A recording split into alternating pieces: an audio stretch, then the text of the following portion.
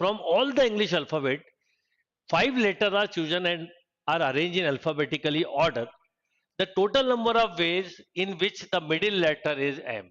अब आपको भी पता है कि टोटल नंबर ऑफ लेटर्स जो है हमारे पास 26 होते हैं.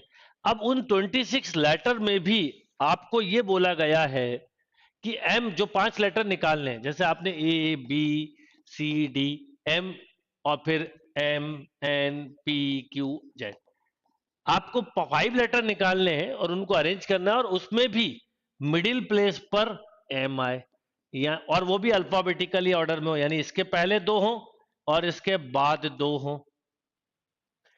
राइट. तो अब आपको पता है एम का नंबर है 13, तो इसके पहले 12 लेटर में से 2 लेटर कोई होना चाहिए, और इसके बाद एम के बाद ये जो बचे हुए 13 लेटर 13, इसमें से 2 नंबर होना चाहिए. तो मैं सिंपल ही बोलूंगा कि 12 में से 2 लेटर निकाल लें. एम तो सिलेक्टेड है ही क्योंकि मिडिल में रखना, और इसमें से 13 में से 2 निकाल लें. अब ये निकाला आपने 12 इंटू 11/2, ठीक है, ये तो 1 ही रहेगा, और यहां पर 13 इंटू 12/2, तो ये कितना हो गया बेटा, ये कैंसिल 6, तो ये हो गया 66 इंटू 1, ऐसा बोल सकते हैं केवल समझने के लिए, और ये हो गया 13 इंटू 6 यानी 78. राइट. अब आपको इसका मल्टीप्लाई करना है, केवल यूनिट डिजिट से भी काम हो जाएगा, क्योंकि आपको देखना है यहां पर कि 8 6 या 48 और 8 जिसके एंड में वो आंसर होगा, तो यानी आपका आंसर ये हो गया.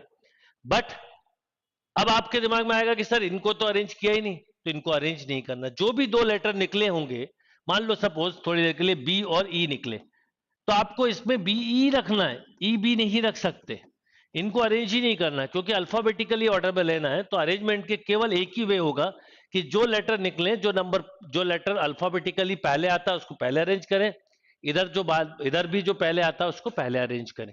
राइट. तो इसका आंसर हुआ 5148.